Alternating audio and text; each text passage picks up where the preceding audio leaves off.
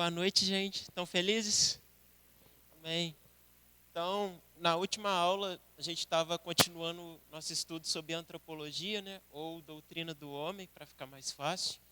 E a gente estava falando sobre natureza caída, queda, morte e depravação. Volta aí na sua apostila na página 17. O Vanvan chegou.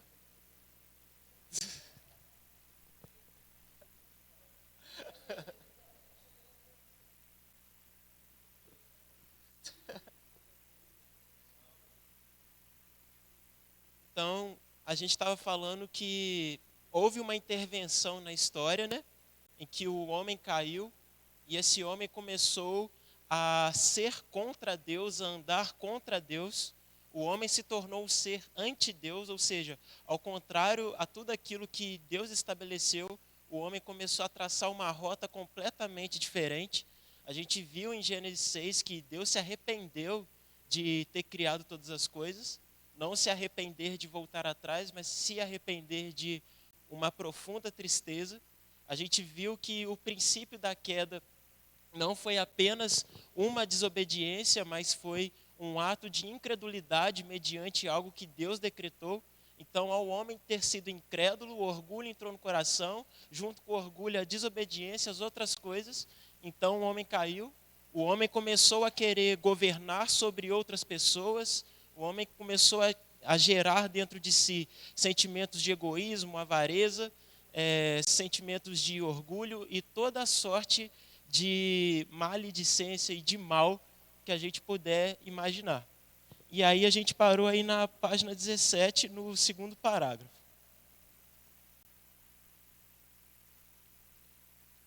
Foi assim que o pecado passou a fazer parte da natureza do homem.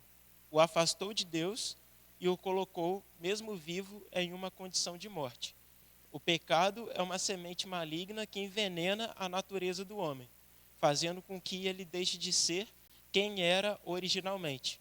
A natureza do homem é primordialmente santa, mas, por conta do pecado, essa realidade foi alterada, mas não eternamente. Ou seja, a nossa identidade original era como filho de Deus e essa identidade ela era santa. Só que o pecado ele vem e mancha essa identidade. Ele não arranca a identidade do homem. O homem ainda é a imagem conforme a semelhança de Deus.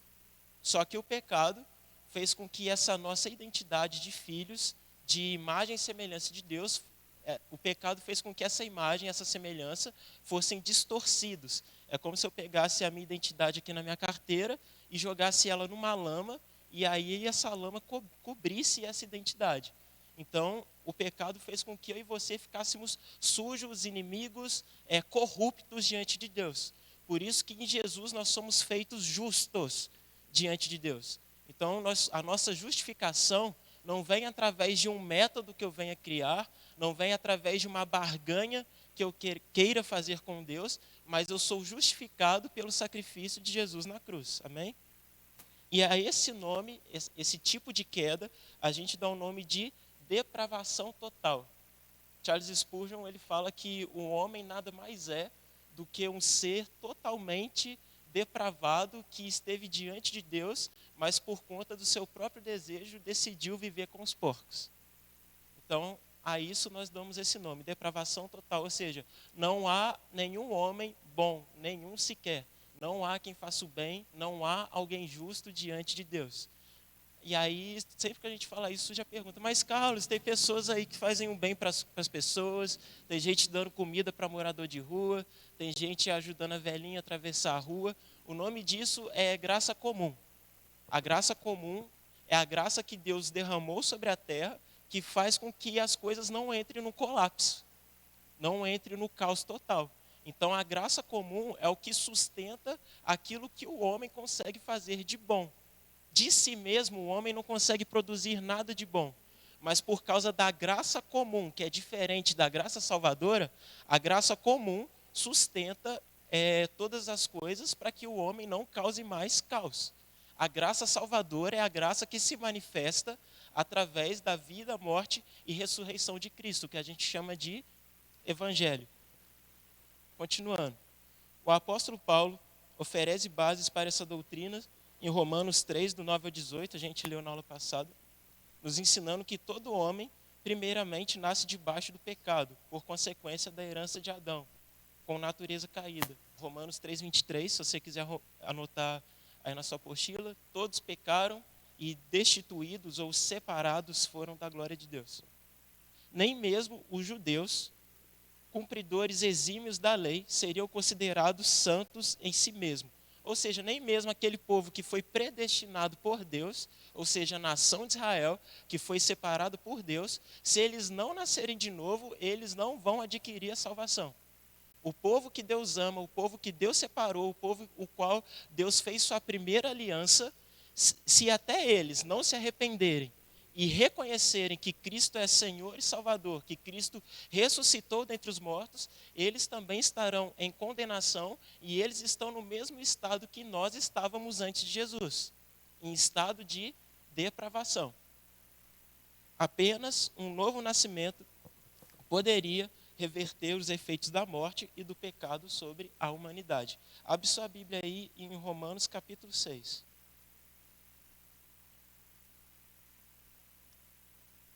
Até aqui está tudo bem? Se eu tiver acelerado demais, vocês falam, Carlos, stop, volta aí um cadinho. Romanos capítulo 6.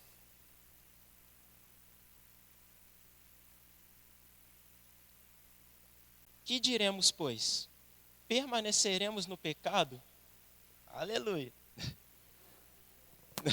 Permaneceremos no pecado para que a graça abunde? De modo nenhum.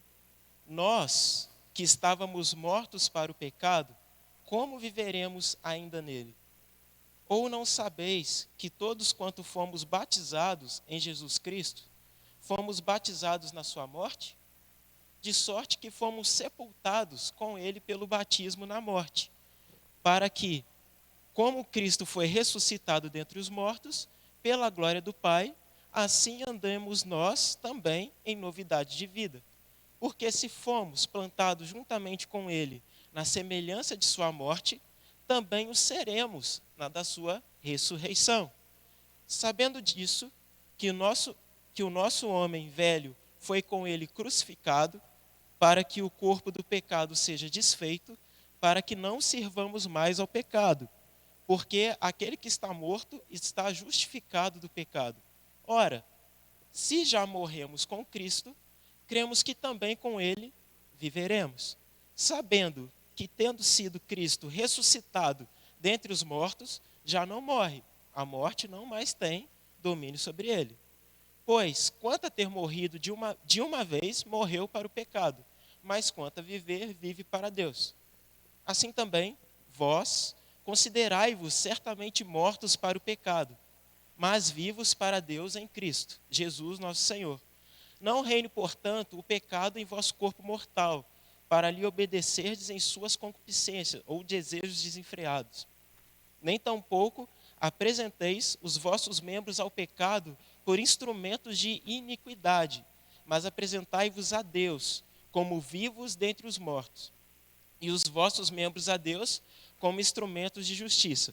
Porque o pecado não terá domínio sobre vós, pois não estáis debaixo da lei, mas debaixo da graça. Pois que pecaremos porque não estamos debaixo da lei, mas debaixo da graça? De modo nenhum. Não sabeis vós a quem vos apresentardes por servos para lhe obedecer? Sois servos daquele a quem obedeceis, ou do pecado para a morte, ou da obediência para a justiça. Mas graças a Deus, que tendo sido servos do pecado, obedecestes de coração a forma de doutrina que fostes entregues, e libertados do pecado, foste feitos servos da justiça. Então aqui Paulo está falando sobre o batismo, sobre a justiça feita em Cristo e sobre o resultado de alguém que foi afetado pela mensagem do Evangelho. Então, quando a gente fala sobre novo nascimento, a gente não está falando apenas sobre tomar um banho na piscina quando tiver celebração de batismo aqui. Mas o novo nascimento ele vai surgir quando o seu coração se converter junto à mensagem de Deus.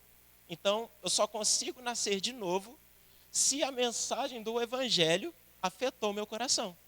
E como que eu sei que a mensagem afetou o meu coração? Alguém chuta? Arrependimento, mas o quê? Transformação. Então a mensagem precisa causar em mim movimento. A mensagem precisa causar em mim um contínuo crescimento dentro do que a mensagem me propõe. Então, o que a gente falou na aula passada? Que a graça é o quê? A graça é poder de Deus capacitador para cumprir um determinado propósito. E por que que na maioria das vezes a gente oscila muito, a gente é muito inconstante? Por não entender o alvo dessa graça. A gente entende muito graça de Deus como um tempo que nós vivemos, que é um tempo de misericórdia, e que Deus está tratando toda ignorância, e que Deus está salvando as pessoas, só que graça é mais do que isso. Se eu resumir a graça a um tempo, eu estou desprezando ela. Mas a graça de Deus, ela vem como poder para me capacitar a vencer todas as minhas dificuldades, a vencer os meus pecados. Então a graça de nós somos pecadores, mas debaixo da graça você não é mais entenda isso bem, você não se torna mais um pecador, mas você se torna um santo em Deus. Então a graça é poder de Deus para você não pecar mais. Sério? Mas eu ainda continuo pecando? É porque você está num processo de amadurecimento dessa graça. Então a graça te aperfeiçoa dia após dia. Segura aí em Romanos 6 e a gente vai ler o último texto que a gente leu na última aula, que é Tito 2:11. Alguém lê para mim? Até eu achar aqui.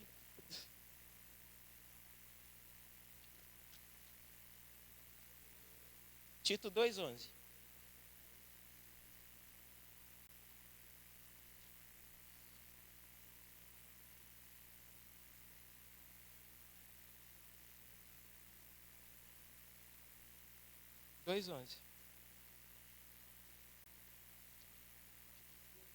Pode. Achei primeiro que você.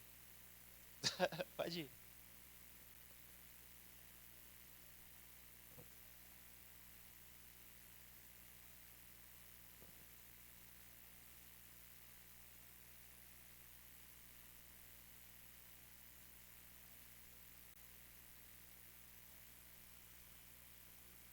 Pode continuar.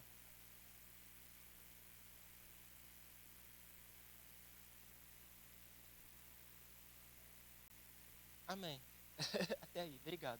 Então, a graça ela me dá a capacidade de renunciar a toda impiedade. Então, o novo nascimento é sinalizado na vida de alguém quando você começa a perceber essa pessoa renunciando às impiedades da vida dela. Ou seja, o que é impiedade? Tudo aquilo que me torna injusto diante de Deus, a qual Cristo deu a vida dele para me fazer justo. Então, eu preciso andar agora, igual Paulo falou lá em Romanos 6, em justiça.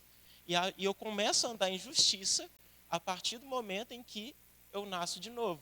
Então você precisa ser sepultado, literalmente. Você precisa vir para Jesus, e quando você vem para Jesus, você, homem totalmente depravado, agora você precisa morrer. Você precisa morrer para o seu eu, você precisa morrer para a sua antiga forma de pensar, você precisa morrer para esse sistema que a gente chama de mundo. E aí, quando você batiza, você nasce de novo, agora você é um outro alguém, uma nova criatura. Então, quando a gente se torna uma nova criatura, não é para a gente tentar ser uma nova criatura. Porque o que a gente vê muito, né? Vocês já devem ter ouvido alguém falar que vocês acompanham o Novo na Fé. Mas eu estou tentando seguir Jesus, eu não consigo, eu estou tentando isso, eu estou tentando aquilo. Então, Paulo vai falar que a fé não é sobre tentativa. Fé é sobre mergulhar. É você estar indo numa direção e se afogar nessa direção. Você morre e você vem para a vida.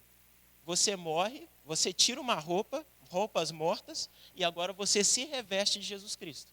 Então eu não vou tentar me revestir da nova natureza, eu vou me revestir da nova natureza.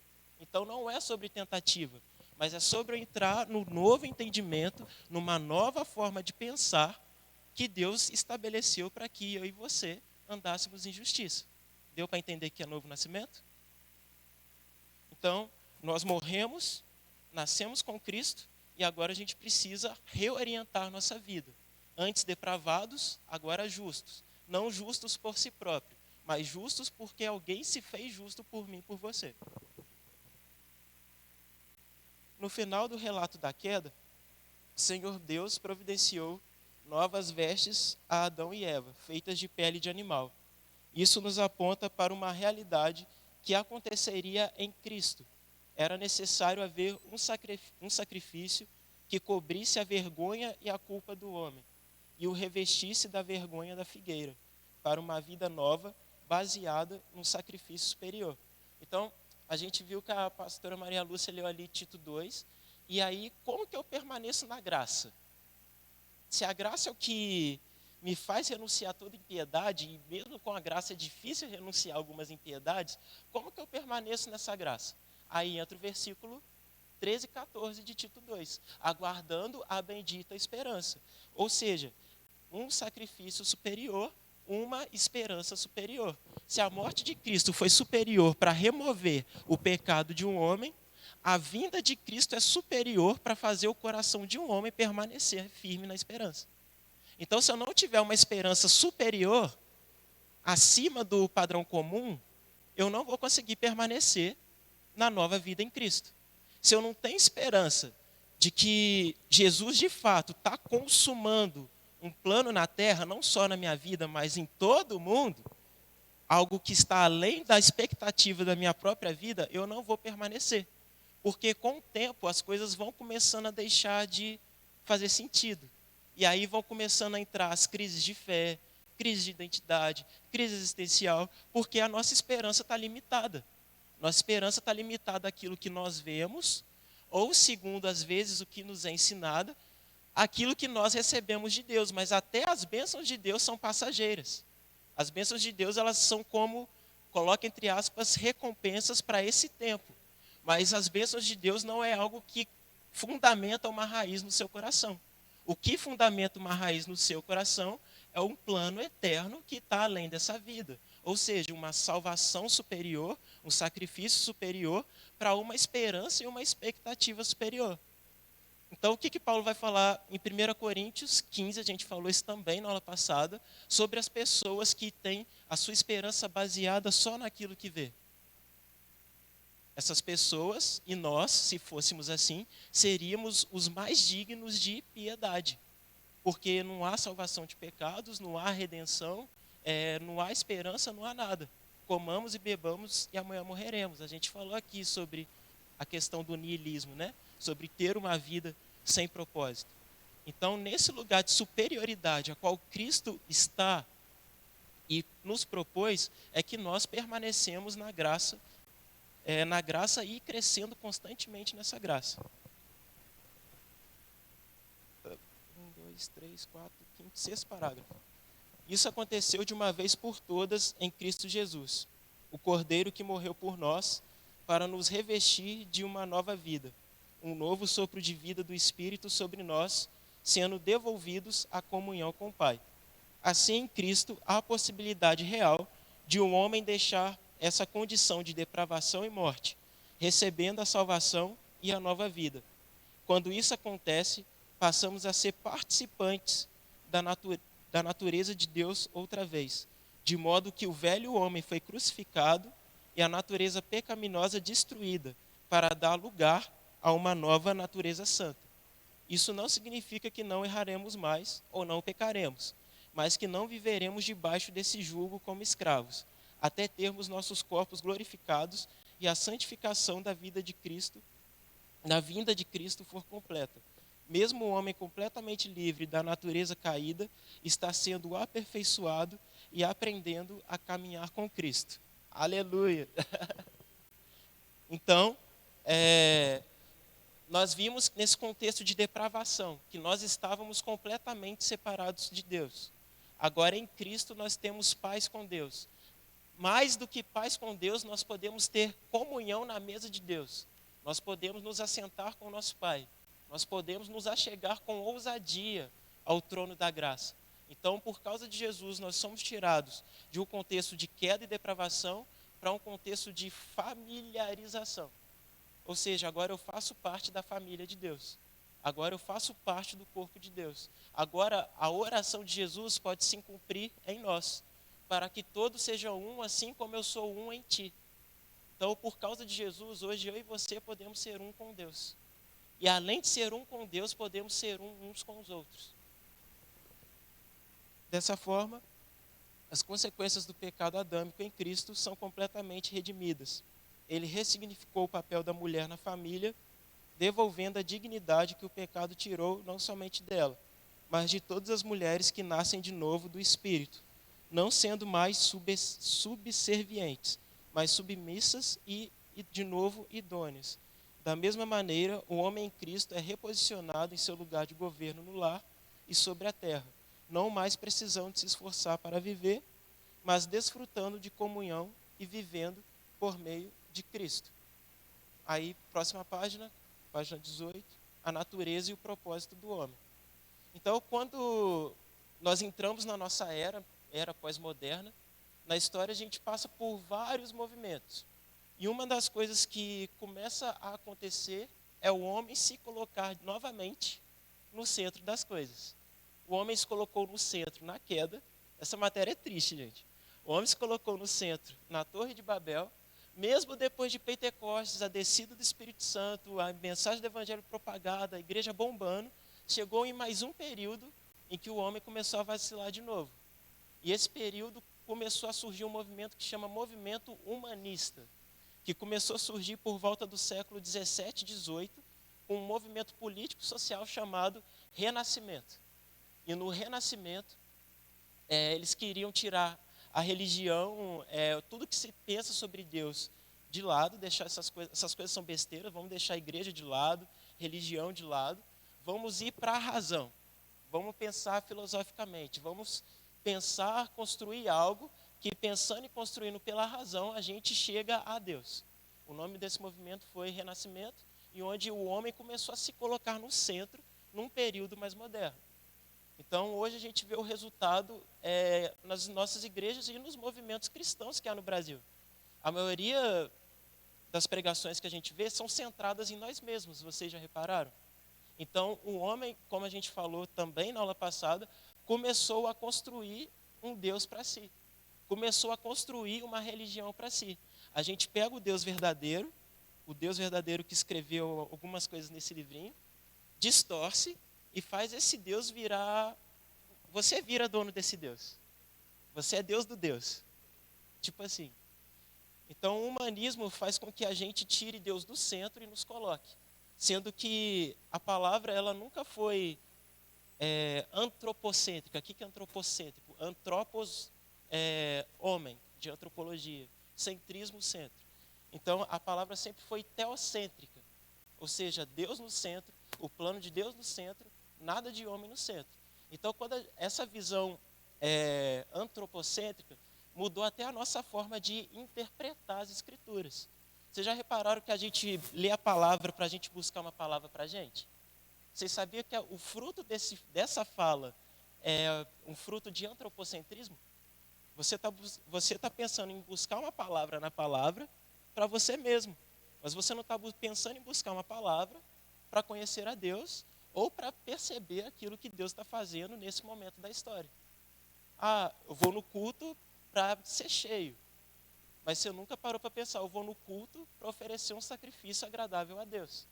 Então, vocês podem perceber que até a nossa interpretação, a nossa visão de igreja, de ler a palavra em casa, de orar em casa, de fazer coisas simples, está infestada, está com uma sorte de nos colocar no centro.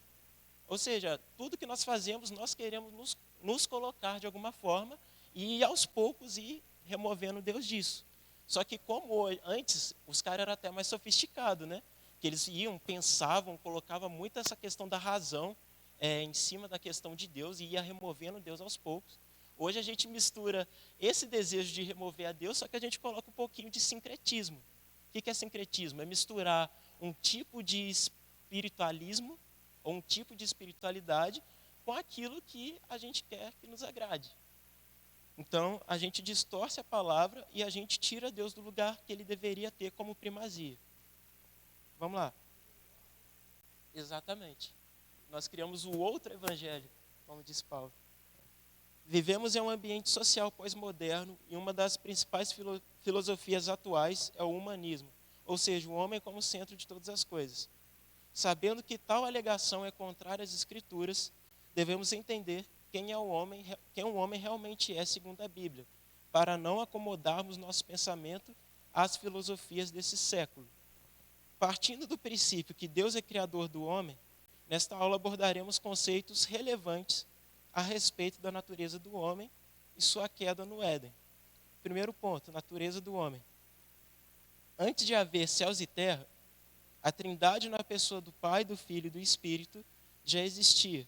Seu propósito era criar o homem para que esse fosse a sua imagem e conforme a sua semelhança. Porém, quando o homem é criado, Deus o faz apenas à sua imagem, pois a sua semelhança seria adquirida com o seu relacionamento com Deus. Somente por meio do relacionamento, o homem pode caminhar em conformidade com quem ele é. Aí está aí o texto de Gênesis 1, 26, 27, disse Deus, façamos o homem à nossa imagem, conforme a nossa semelhança. E criou Deus o homem, a sua imagem de Deus o criou, macho e fêmea os criou. Estou acelerando porque são coisas que a gente já falou. Em toda a criação, Deus ordena que as coisas venham à existência, como a luz, o firmamento e os animais. Mas quando Deus se propõe a criar o homem, ele compartilha de si mesmo. Em Gênesis 2,7, quando a Bíblia relata a criação do homem, o texto diz que o Senhor Deus formou o homem do pó da terra e soprou nas suas narinas o sopro da vida, e o homem se tornou uma alma vivente. E muito interessante pensar que Deus criou o homem a partir de duas substâncias, a substância da terra e a sua própria substância. O homem, a sua natureza, carrega o DNA da terra e o DNA de Deus. Isso significa que ao mesmo tempo em que somos terrenos, criados para viver na terra, quanto nossa casa, possuímos também a predisposição de participar da vida de Deus, uma vez que o sopro que nos deu vida fluiu de Deus por meio do Espírito. De todas as criaturas que Deus fez, apenas um homem diz ter sido criado à imagem de Deus. O que isso significa? Podemos utilizar a seguinte definição. O fato de que o homem é feito à imagem de Deus significa que o homem é como Deus e representa Deus. Então, vocês lembram, na aula passada, que a gente falou da queda, e que o homem, por meio da queda, queria buscar algum método de se tornar de forma mais rápida e mais prática, o jeitinho brasileiro, de se tornar a imagem e semelhança de Deus. Só que Deus já fez o homem a sua imagem conforme a sua semelhança. Só que essa semelhança, como a gente viu aqui, seria formada por meio do relacionamento. E como que a gente aplica isso hoje? Hoje nós aplicamos da seguinte forma: nós nos tornamos pessoas religiosas e nos colocamos como pessoas merecedoras de algo que Deus possa fazer. Sendo que o plano de Deus... Acho que quem é que falou de plano A hoje? Foi você? Você que falou de plano A e plano B hoje? Ah, tá. O Gabriel estava me contando uma situação e aí ele usou a exemplificação de um plano A e um plano B. Ele falou que um plano B a gente só coloca quando a gente acha e tem certeza que o plano A vai dar errado. E Deus nunca teve um plano B, Deus sempre teve um plano A. Deus já sabia tudo o que ia acontecer desde o princípio. Então Deus já sabia que o homem ia se virar contra ele, se voltaria contra ele. Só que o Cordeiro de Deus já foi imolado antes da fundação do mundo. Então vocês lembram que eu falei que existe uma linha de pensamento que a gente pode interpretar a Bíblia? Criação, queda, redenção, consumação.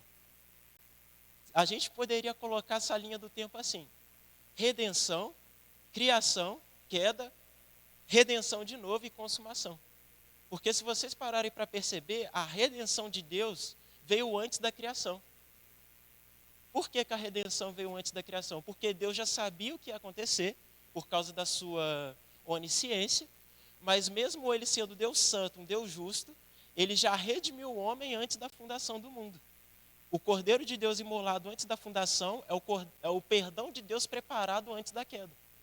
Então, como eu falei, até a queda do homem cooperou para que o plano de Deus fosse posto em prática. Não que Deus fosse culpado pelo homem ter caído, mas Deus permitiu com que a queda acontecesse para que a glória e a soberania dele permanecesse mediante ao nosso próprio orgulho e mediante ao que Satanás tentou propor. Então o plano de Deus já está consumado no início da história e nós com os nossos olhos vamos ver esse plano se consumar no final da história. Então a nossa natureza é a pegar essa imagem de Deus e não nos revoltarmos contra Deus, mas andarmos em direção a Ele. Ponto 2. Propósito da criação do homem. Todas as coisas que Deus faz têm um propósito, em sua perfeição. O Senhor arquiteta toda a sua vontade e a executa de forma excelentíssima. Não há nada que Deus faça pela metade de maneira incompleta. Ele é perfeito em todos os seus caminhos. Eclesiastes 3,14 vai dizer: eu sei que tudo quanto Deus faz durará eternamente. Nada se lhe deve acrescentar e nada se lhe deve tirar. E isso fez Deus para que haja temor diante dele. Outro texto, Salmo 18:30. O caminho de Deus é perfeito, a palavra do Senhor é provada e um escudo para todos os que nele confiam. Visto que o homem é criado à imagem de Deus, tornando-se representante de Deus na terra, trataremos desse assunto com mais profundidade. Embora o homem exerça diversas atividades durante toda a sua vida, baseado no relato de Gênesis, podemos afirmar que o homem foi criado para 3 fins: ser igual a Deus, formar uma família e governar a terra. Então, segundo o catecismo de Westminster, quem que lembra? Qual o propósito para o qual o homem foi criado? A gente falou aqui.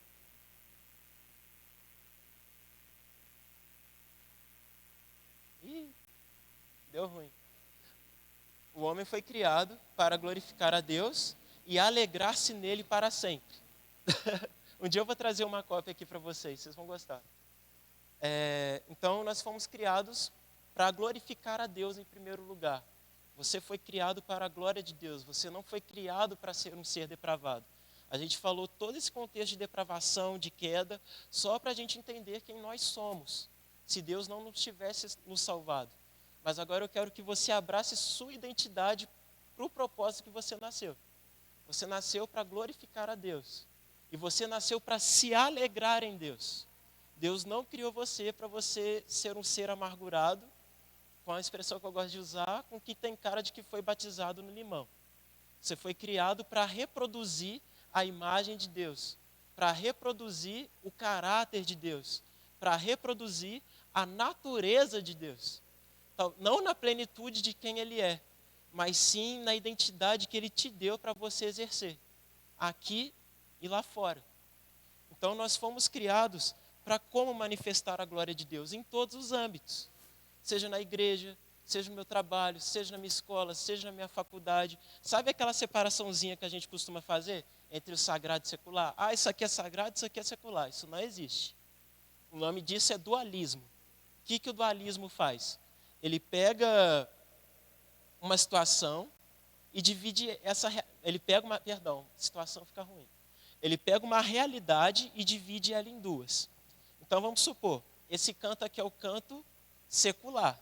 Aqui é meu trabalho, minha vida na escola, minha vida em casa, arrumar a cama, arrumar a roupa, cuidar de filho. E aqui nesse canto de cá é minha vida sagrada. Minha vida sagrada ou santa ou litúrgica. Aí aqui é a minha vida na igreja, a obra de Deus, o que eu faço na igreja, o que eu faço para o irmão, momento de comunhão. Só que Deus nunca separou essas duas realidades. A palavra fala de separar o santo do profano no sentido de algo moral. Mas no sentido de realidade, tudo se torna santo para quem é santo. Então, quando eu separo uma coisa de outra, a gente entra num lugar chamado hipocrisia, que é onde a gente mais se vê na maioria das vezes. Na igreja eu sou santo, na igreja eu sou virtuoso, na igreja eu sou um cara legal, no meu trabalho eu sou um ladrão, no meu trabalho eu sou desonesto, no meu trabalho eu sou mentiroso. Mas por que tem essa separação? Porque a gente dicotomiza a realidade. Mas Deus fez você para ser santo no seu trabalho, santo na sua escola, santo na sua casa, santo onde você estiver. E o pior disso ainda é que isso cria na gente um sentimento idólatra. É como se a gente estivesse virando para Deus e falasse: Deus, você tem poder só dentro da realidade das coisas religiosas e sagradas. Você tem permissão para andar até aqui. Daqui para cá, você não é mais Deus. Vocês conseguem ver o perigo disso? É como se você estivesse virando para Deus e falasse: Deus, você não tem poder no meu trabalho. Você não tem poder na minha família. Você não tem poder na minha escola. Você não tem poder onde eu estou dirigindo. Você não tem poder no trânsito. Seu poder só no nosso culto, no louvor chapado. Daqui para cá você é outra coisa, você não existe. E esse pensamento entrou com força em nosso meio, que a gente dicotomiza tudo. Então, a nossa mente precisa mudar, porque a origem desse pensamento, ele surgiu de uma seita chamada gnosticismo. O que é gnosticismo? O gnosticismo basicamente vai falar, Jesus ele não pode ser Deus. Por que Jesus não pode ser Deus? Porque a matéria é má. E se a matéria é má, aquele que é divino não pode ter surgido de alguém feito de carne. Ele tem que ser totalmente espiritual. Então, tudo que é material é do mal e tudo que é, entre aspas, espiritual é do bem. Isso deu para entender mais ou menos? Então, Deus é soberano sobre todas as coisas e a glória de Deus pode ser manifestada em toda a terra. Não só em ambiente de liturgia, comunhão, de culto, onde o nome de Deus é falado. Mas em tudo que nós fazemos, quer você coma, quer você beba, faça todas as coisas para a glória de Deus. Vamos ter intervalo e daqui a pouco a gente volta.